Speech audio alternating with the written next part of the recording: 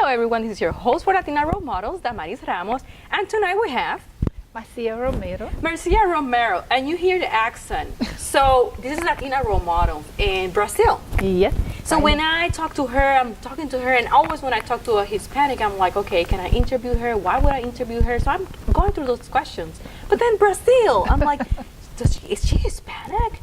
Okay, she's Hispanic. Marcia, tonight it's about you. It's about your story. I met you a couple months ago trying to help someone. And you were that person that I knocked the door. I'm like, okay, Marcia, what is it that you do? So, but we're going to talk about what you do at the end. So right now, tell me more about you. Well, I am Marcia Romero, and I live in this country for 22 years now. And I'm Brazilian. I was born in Rio de Janeiro. Do you consider yourself Hispanic? No, because we are not considered Hispanic because we are the only country in South America that doesn't speak English. I mean Spanish. We speak Portuguese. So sometimes I get confused because. But you speak a little bit of Spanish because there are certain words. Exactly. Okay. But we are not Hispanic, but we are Latin. So we are Latinos. But we are not Hispanic because we don't speak Spanish, you know. And we have been discovered by Portuguese people from Portugal. That's why we speak Portuguese. So I am from this country. I'm Brazilian, and that's it. No, that's it. No. How was your life in Brazil? Tell me about it. Well, my life in Brazil was really good. Back then, when I wasn't like today, was good. I was single. I was working. I had my own money. I was traveling. Brazil is beautiful. It's a really beautiful country. Every country has their particular place, beauty. Brazil is beautiful because all the beauty is natural. We have the sea, we have the mountains, we have the sand, and we have everything. So it's growing very up, nice. what was your passion there in Brazil? In Brazil, the beaches. The beaches are wonderful, and also the people. I don't know nowadays, after 22 years living in this country, Damaris, but in the past, Brazilians, they used to be very friendly, very like party, like Spanish people. Are those the things that you miss from Brazil? Yes, sometimes I do. My family there, all the time that I lived there as a young person, I always had a lot of friends. I always had my job. So, and now when I moved over, looks like the responsibilities, they double. I got married and I got my property, so looks like you have a lot of things to work for and on, and I think that's take a lot of time. Going back to Brazil and those years that you were, growing up, and tell me about your dreams. Because your dreams were the one who probably brought you here, and they have a lot to do with what you're doing that we were going to talk about a little later. But tell me about those dreams, those passions, that you were developing, that were growing in you. Yeah, exactly. That's interesting because I never dreamed coming over. I never dreamed to move to the United States. It was something that today I understand was the Lord that has written. Everything happens for a reason. In my life, yeah. But when I was in Brazil, I always liked to help people. I always liked to be there for them. I always wanted to get a really good position in the company that I was working for because I took my degree in business administration. So I was working with numbers, finance area. So I always wanted to be like one of the business woman with the little folder under my arm and talking to people about the numbers, about what's going on with the finance. And I think that showed that wasn't what God has dreamed for me. So then where that path start changing? Okay, where do you start learning that? Because do you have a role model in your life at some point that kind of guide you through that? No, it was a gift. It's a gift. God gave me that gift because I remember when I was really young, I used to go to orphanages. I used to go to seniors' home and help them, bring them food and hug them, be there with them. And sometimes the kids on the orphanages, they just want to come back with me home, to my home. So I was like, what is this? I was always helping people, always there for them. And wasn't my first something that I thought that I was going to make money to survive, but it was something that was bringing me happiness. I always felt grateful to be there for people. And when I moved to the United States, I did move over here because I lost my job. I had a great position in a business. Back then, 25 years ago, 22 years ago, I was making about, let's say, in Brazil, $30,000 a year. It was a lot of money. And then I lost my job. The company was breaking down, and so they sent a lot of people What was away. your role in the company? I'm sorry? What was your role in the company? And I was the finance manager. I was taking care of the whole finance department and deciding where the money should go, how to pay. So I was managing all this. And for 3 months afterwards, I was looking to be replaced in the market, and nobody was taking me because of my age. And in Brazil, they are very prejudiced. There is so many prejudice about age to get a job. And so it's hard when you say age because you look so beautiful, so youthful.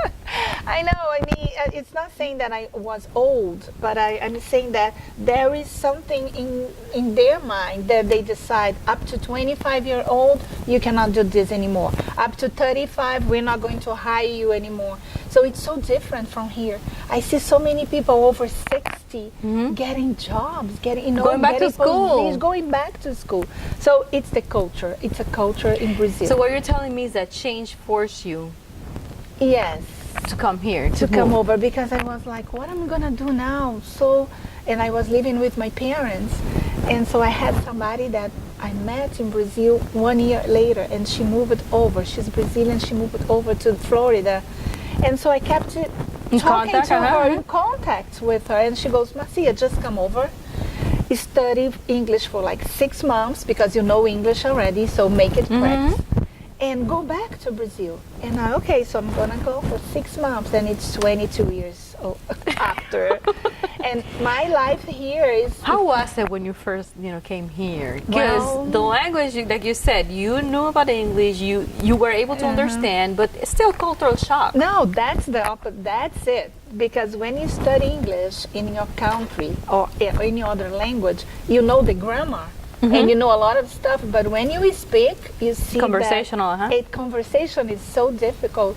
So when I got in here, I started talking to people and they couldn't get me. They didn't understand me. And they were talking to me, and I was like, what are you talking about? So I realized. Because you understood what they were saying. I know, yeah, I realized that, well, I cannot have a conversation yet. And so I went to ESOL at mid-Florida. Florida Tech, uh-huh. And I was there for like 1 year, and then my life started. And 1 year went by, 2 years went by, and then I met my husband, my ex-husband. We got married but it was nice. It was a really nice time. His family used to love me, but didn't work well, and so we got apart. And then my life started in another way, because now I had to go and have 2 jobs. Actually, I got 3 jobs. There was a time that I had 3 jobs to just maintain myself. But suddenly, everything open, all the doors open up for me. So I started working for a timeshare. I did work in 10 years. I did work in 5 timeshares. So always in accountant. I was an accountant, and I was. So working numbers in accounting. continue to be in your life. Numbers, it's amazing. I was always. What numbers have working. no language? No, and I love numbers. I do love numbers. I like to find out what's it, how there is a difference, where it is, or what I should do with the money. How can we get more? Okay, so. You know what? That I would never guess that about you. Really? Because I see you more the part that you use to help others, how inviting is your personality, So numbers have, for me, a different type of personality and style. That's So right. you carry it well, very nice. You hide it well. Thank you. Yeah, I really like numbers, and because of the business administration, I'm very organized.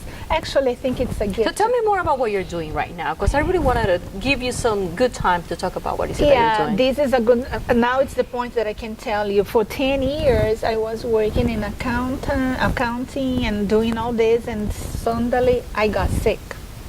I started with this headache in my head, and back in my head, and then 3 months after taking Tylenol every day, I decided to go into the doctor, and so they sent me for a CAT scan test.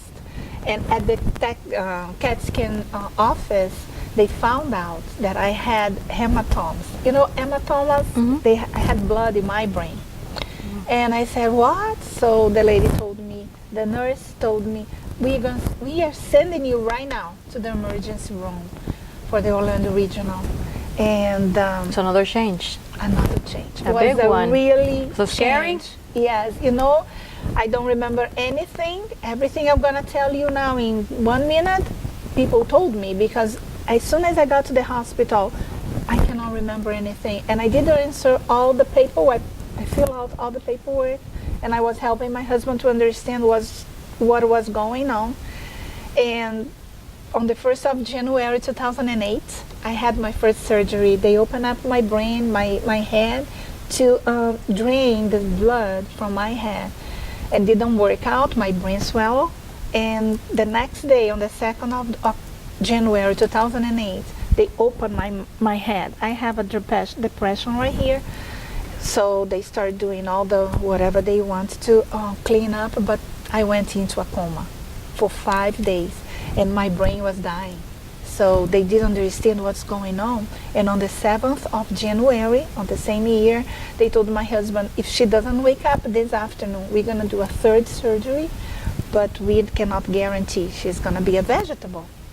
My husband got really, really sad and left the hospital calling people to pray harder because I was dying. In the same afternoon, my friend came to see me. I was awake, my eyes were open, but I couldn't move myself, I couldn't talk, recognize anybody, you know, even walk. And I took 2 weeks to recover everything. And one day I had a really great experience in the room after my memories back. I was laid down and I saw an image like Jesus, and he told me, Marcia, your heart, your valve of love of your heart is not making me happy. It's clogged and I don't like it. And so when I look at this way, I saw a heart, human heart flying towards me. And I don't know if it was a dream or vision, but I know that he has changed my life. He changed my heart. So tell me about what you're doing right now, because we're running so short on time. Now I'm going to tell you. People who make a difference. 3 years later, he gave me people who make a difference. And so people who make a difference is a And place. we'll have the number. Yeah. But tell me, what is it that you're doing in a nutshell fast? I do exactly this. I take care of people that they are sick, they have a chronic disease, and they are uninsured.